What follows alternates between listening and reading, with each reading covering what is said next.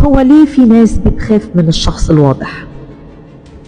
النهاردة جايين نتكلم في حاجة كتير مننا بيحس بيها بس مش دايما بيعرف يوصفها.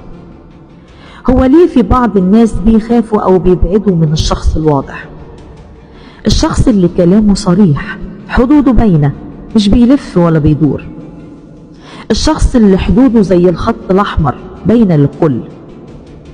للأسف في ناس بتتخصص في اختبار حدود اللي قدامهم، بيحاولوا يشوفوا لحد فين يقدروا يتعدوا.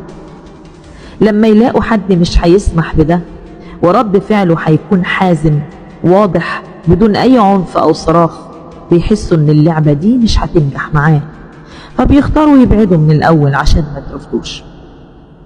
الشخص الواضح صعب جدا التلاعب بيه، لأنه عارف قيمته واستحقاقه كويس، فمش بيتقبل الغموض ولا الإشارات المزدوجة.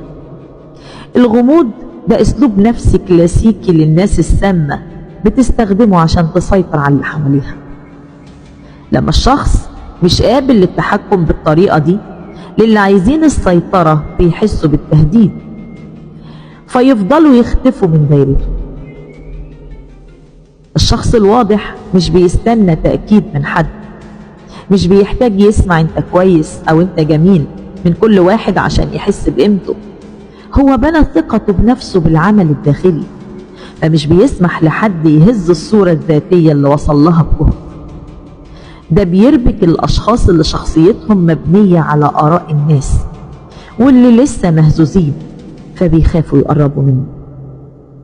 ثقته العالية بنفسه بتسلط الضوء على نقص الآخرين.